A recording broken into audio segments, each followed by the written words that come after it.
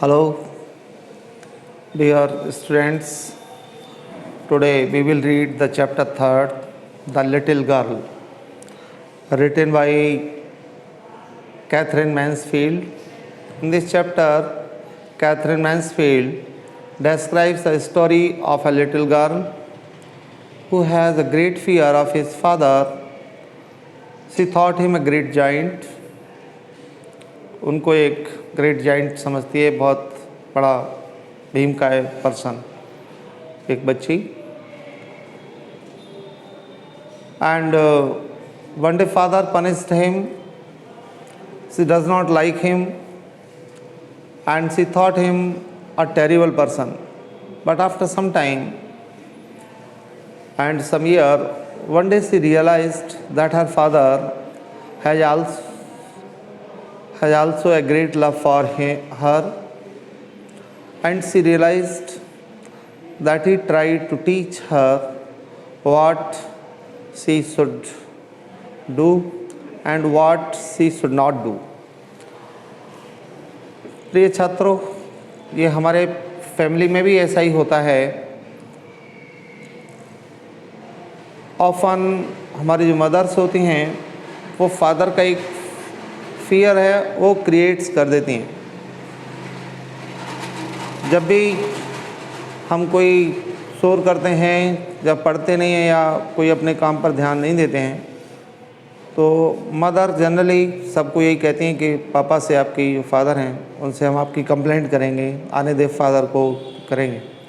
जिसके कारण बच्चों के अंदर पापा के प्रति एक नकारात्मक भाव और एक गलत धारणा बन जाती है और वो लगातार चलती रहती है. बाद में फिर हम ऐसा महसूस करते हैं एक समय के बाद कि नहीं, पापा गलत नहीं हैं, वो जो कहते हैं वो सही है, और हम जो हमारी गलतियां हैं उनको हम बाद में महसूस करते हैं. अब हम ये चैप्टर पढ़ेंगे, द लिटिल गर्ल. इस चैप्टर में पढ़ने से पहले लिखा है बिफोर यू रीड. पढ़ने से पहले उसको पहले पढ़ते हैं. Do you feel you know your parents better now than when you were much younger. क्या आप समझते हैं कि आप अपने पेरेंट्स को जब आप छोटे थे, बहुत छोटे, यंगर थे, उससे ज़्यादा आप अच्छी तरह से आप समझते हैं. Perhaps you now understand the reason for some of their actions that used to upset you earlier. बहुत सारे ऐसे रीजन्स होते थे जो बहुत पहले जो आपको अपसेट करते थे, परेशान करते थे, लेकिन आज लगता है कि नहीं, जो फादर थे वो सही थे. उस समय बहुत सारे ऐसी चीज़ें थी जो आपको अपसेट कर जाती थी. दिस स्टोरी, ये यहाँ से पढ़ा रहे हैं. This story about a little girl whose feelings of her father change from fear to understanding will probably find an echo in every home. ये जो इस तरीके की जो फीलिंग है एक छोटी सी बच्चे की, ये कुछ चेंज हो जाती हैं, उनका जो फियर है उसके प्रति, और फिर वो एक अंडरस्टैंडिंग में चेंज हो जाती हैं अक्सर, और ये लगभग प्रत्येक फैमिली में ऐसा होता है. अब हम चैप्टर पढ़ते हैं, टू द लिटिल गर्ल. यहाँ से चैप्टर है. To the little girl, he was a figure to be feared and avoided. छोटी बच्ची के लिए वह एक भय और अवॉइडेड फिगर थे. यहाँ पर जो ही सब वर्ड यूज हुआ है, this word use for the father of the little girl. उस छोटी बच्ची के फादर के लिए वर्ड यूज हुआ है कि उसके लिए he was a figure to be feared and avoided. जिसके लिए वह जो फिगर थे वो एक अवॉइड करने वाले थे. अवॉइड करने लायक मतलब जिनको ओवरलुक किया जा सके, बचना, जिनसे बचा जाए, ऐसे फिगर थे. Every morning before going to work he came into her room. और प्रत्येक जो मॉर्निंग होती थी उस दिन जब वो अपने काम पर जाते थे, उससे पहले ही केम इनटू हर रूम, उसके रूम में आते थे. And gave her a casual किस. और उसके लिए एक कैजुअल किस देते थे, औपचारिक वैसे ही, जिसका उसके लिए कोई महत्व नहीं था उस गर्ल्स के लिए. To which she responded with goodbye, और जिसका वो रेस्पॉन्ड गुड बाय कहकर करती थी। रेस्पॉन्ड करना मतलब आंसर देना। And oh there was a glad a sense of relief when she heard the noise of the carriers growing fainter and fainter down the long road. और उसके लिए जो थे वो एक, जब वो जाते थे तो एक रिलीफ का सेंस, उसे प्रसन्नता की अनुभूति होती थी। When she heard the noise of the carriers, carriers का मतलब व्हीकल जिससे वो जाते थे, जब उनके उस व्हीकल की साउंड जो होती थी, आवाज़ धीमी धीमी होती चली जाती थी, फेंटर and fainter down the long road, लंबी सड़क पर। फिर अब आगे बढ़ते हैं। A figure to be feared, एक भय का प्रतीक थे उसके फादर। ये यहाँ तक हो गया। फिर इन द इवनिंग, शाम के समय, when he came home she stood near the staircase, जब वो शाम के समय आते थे तो वो स्टेयरकेस जो होता था, सीढ़ियाँ, वहाँ खड़ी होती थी। When he came she stood near the staircase, जीने के पास, and heard his loud voice, और उनकी वो तीखी आवाज़ सुना करती थी। Voice in the hall, hall में एक तीखी आवाज़ गूंजती थी। Bring me tea into the drawing room, और वो बोलते थे कि वो मेरे लिए चाय लेकर के आओ ड्राइंग रूम में। Has not the paper come yet, आप पूछती थी कि क्या पेपर नहीं आया अभी तक। Mother go and seat my papers out there, माँ देखो मेरा पेपर नहीं आया। एंड ब्रिंग माई स्लीपर्स, अब फिर मेरे स्लीपर्स लेके आओ। ऐसा वो तेज़ चीखा करते थे, बोला करते थे तेज़ तेज़। Kezia mother would call to her, और जो माँ थी वो उसको आवाज़ लगाती थी, उसको पुकारती थी, केजिया, एकदम बुलाती थी। If you are a good girl you can come down and take up father's boot, यदि आप अच्छी लड़की हैं तो आओ अपने फादर के जो बूट्स हैं उन्हें उतारो।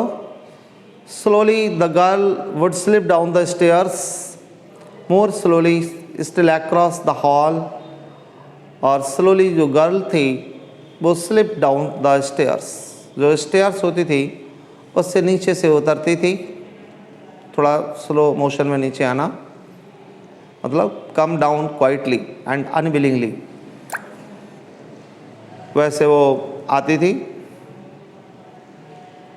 जो मदर होती थी, by that time boots round by that time he had his spectacles on and looked at her over them in a way that was terrifying to the little girl। और उस समय वो जो फादर रहते थे, he had his spectacles on, वो अपना spectacles लगाते थे। स्पेक्टिकल्स का मतलब चश्मा जनरली जो लगाते हैं। I looked at her on over them, और चश्मा के ऊपर से देखते थे। In a way that was terrifying too, और उस तरीके से दिखते थे जैसे वो डर जाती थी, वो छोटी सी बच्ची। Slip down come down quietly and unwillingly, और वह छोटी सी लड़की थोड़ा सा अनिच्छा पूर्वक नीचे उसका आना। Well Kezia hurry up and pull off these boots and take them outside, have you been a good. फिर उसके फादर उससे पूछते थे, अच्छा केजिया जल्दी करो, and pull off these boots, जो शूज़ हैं, बूट्स हैं, इनको जल्दी उतार लो बेटा, जूतों को जल्दी उतारो और इनको बाहर ले जाओ। Take them outside, have you been a good, क्या आप अच्छी बच्ची रही आज। आई डोंट नो फादर, थोड़ा सा हकलाते हुए, सैटरिंग करते हुए वो बच्ची कहती है, इस तरह से बोलती है, नहीं मुझे नहीं मालूम पापा। You don't know, you stutter like that, mother will have to take you to the doctor. तो फिर मदर जो है वो आपको डॉक्टर के पास ले जाएंगी अगर आप इसी तरह से सटर करेंगे तो। वो उससे कहते थे इस तरह से, बोलते हैं, ये यहाँ पर पढ़ा रहे हैं ना, mother will have to take you doctor. और Pharisee never stuttered with other people, had quite given it up।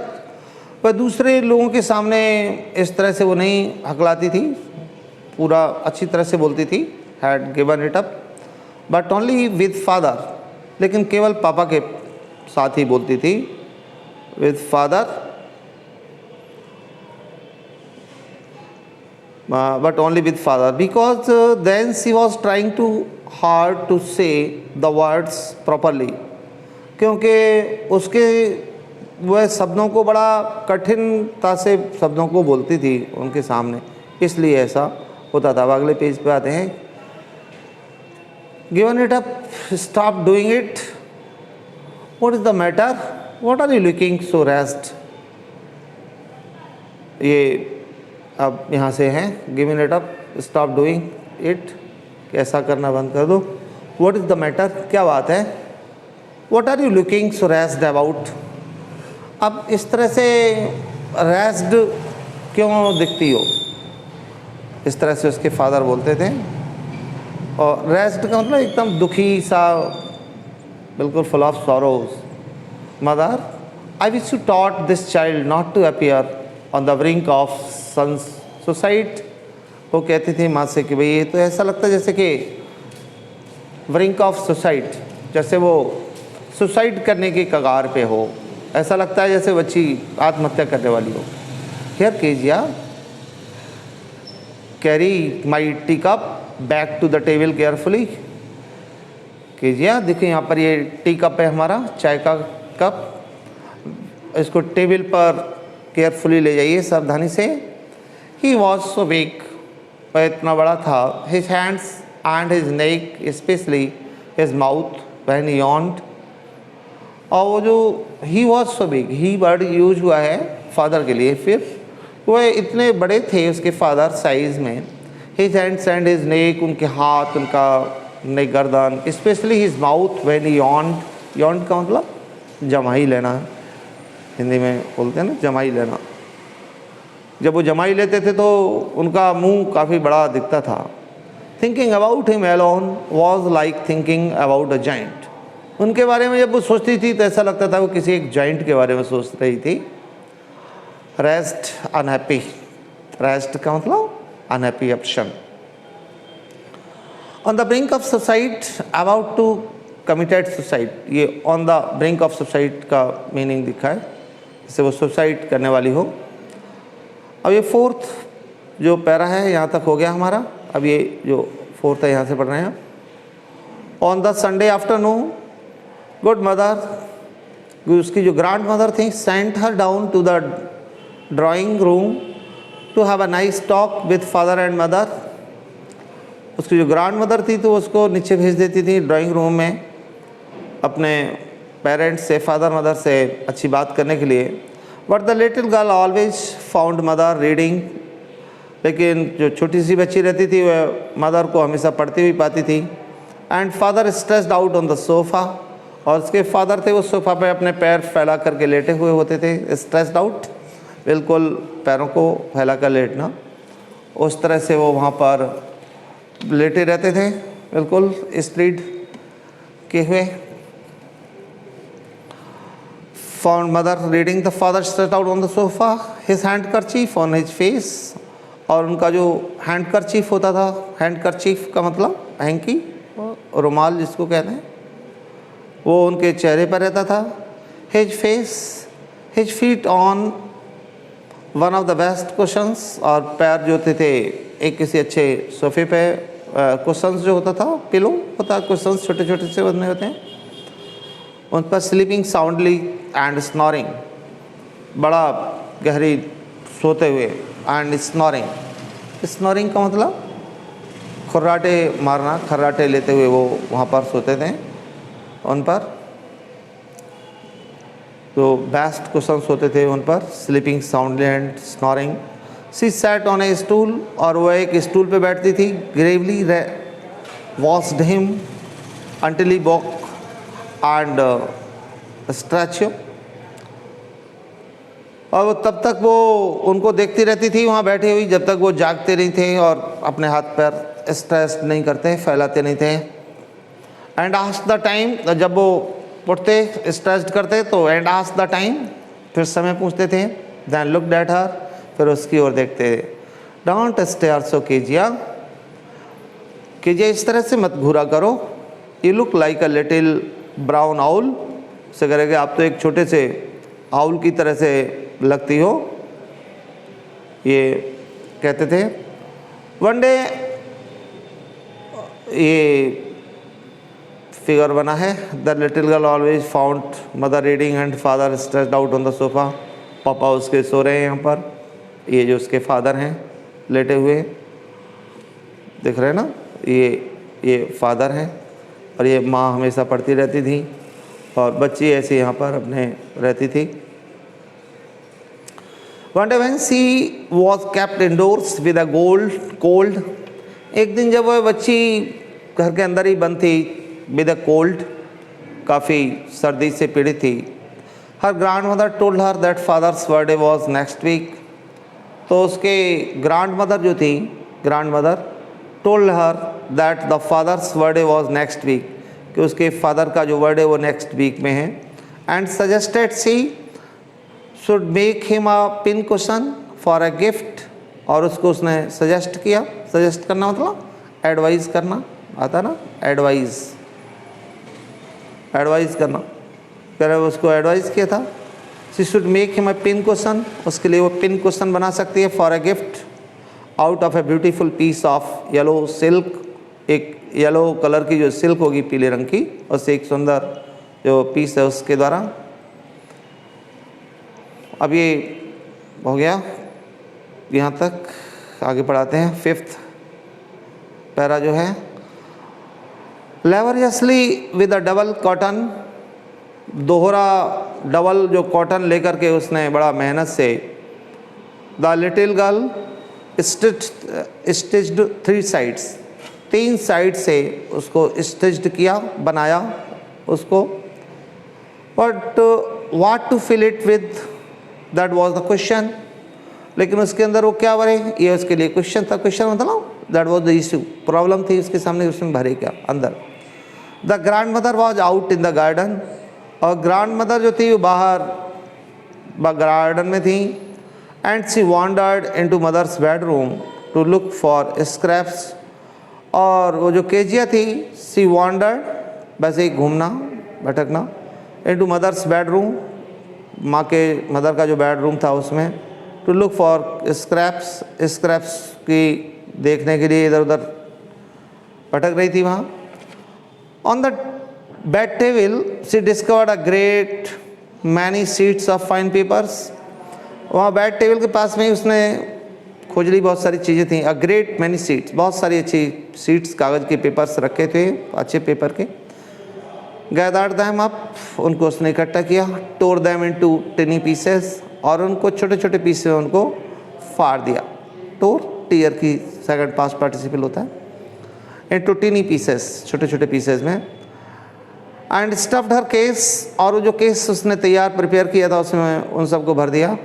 Then sewed up the 4th side, और फिर उसकी जो 4th साइड थी उसको भी भर दिया। फिर laboriously with a lot of effort, page लौट गया, द काफ़ी डिफ़िकल्टी के साथ, प्रयास के साथ उसने मेहनत की। फिर उसके साथ that night there was a hue and cry in the house, उस रात पूरे घर में बड़ा शोर शराबा सा हुआ। Father's great speech for the port authority had been lost, एक जो पोर्ट अथॉरिटी थी, जो बंदरगाह वगैरह पे ऐसे जॉब करते हैं लोग, वहाँ पर उनको एक स्पीच देनी थी, वो फट गई, गायब हो गई, नहीं मिली कहीं। रूम्स वर सर्च्ड, पूरे रूम को खोजा गया, सब जगह देखा उसने वहाँ पर। सर्वेंट्स क्वेश्चन, जो नौकर थे उनसे भी क्वेश्चन किया गया। Finally mother came into Keziah's room, और अंत में जो मदर थी वो केजिया के रूम में आई। लेकर Kezia I suppose you don't, फिर उन्होंने कहा केजिया आई सपोज, केजिया मैं ऐसा मानती हूँ कि आप, ये यहाँ से पढ़ा रहे हैं ना, Kezia I suppose you did not see some papers on table in our room, कि ये क्या तुमने वो कुछ पेपर देखे थे यहाँ पर हमारे रूम में टेबल के पास? Oh yes she said I tore them up for my surprise, उसने कहा मैंने तुम सबको फाड़ दिया अपने उस सरप्राइज के लिए, सरप्राइज गिफ्ट जो फादर को देना था उसके लिए। व्हाट स्क्रीम्ड मदर, माँ एकदम चिल्लाई उससे, क्या? Come straight down to the dining room this instant, सीधे आओ अभी डाइनिंग रूम में, इसी साथ आओ, इसी पल, in this instant, this instant का मतलब एट दिस मोमेंट शब्द होता है ना, एट दिस मोमेंट, उनका इसी मोमेंट नीचे आओ डाइनिंग रूम में। And she was drag down to where father was pacing to and fro, और उसको नीचे खींच के लाया गया। ड्रैग डाउन का मतलब खींच के लाया जाना, उसको एकदम, उसको फिर खींच के लाया गया वहाँ। And down to where father was pacing to and fro, hands behind his back, कमर पे पीछे हाथ रखे हुए फादर जो थे जल्दी में इधर उधर घूम रहे थे। वेल ही सेड शार्पली, उन्होंने एकदम बात काटते हुए, अच्छा। मदर एक्सप्लेन्ड, माँ ने फिर समझाई सारी बात। He stopped and stared at the child, वो फिर उन्होंने टहलना बंद कर दिया। And stared at the child, और उस छोटी सी बच्ची की ओर एकदम उन्होंने घूर के देखा। डिड यू डू दैट, तुमने वो काम किया? नो सी विस्पर्ड, उसने थोड़ा हकलाते हुए धीरे धीरे से उसने कहा no. Mother go up to her room, उनका वहाँ जाओ, इसके कमरे में जाओ अभी। And fetch down the damned things, उस गंदी चीज को भी लेके आओ। See that the child's put to bed, और फिर वो उसको जो थे, सी देखो the child's put to bed, कि बच्ची ने वो कहाँ, उसको जो बेड पर रखा था वो कहाँ रखा, क्या है। फिर एट दिस इंस्टेंट, इसी क्षण हमारा ये फर्स्ट पार्ट आज पूरा हो गया। अब हम अगला हिस्सा जो है वो पढ़ाएंगे आपको अगले पार्ट में, ये लिटिल गर्ल पार्ट 2, और इससे रिलेटेड कुछ क्वेश्चंस हैं, हम इसके डिस्क्रिप्शन बॉक्स में लिखेंगे अभी, उनके क्वेश्चन आंसर आपको पिक आउट करने हैं, ठीक है ना। और इसी के साथ ये टॉपिक अपना आज का ख़त्म होता है। ओके।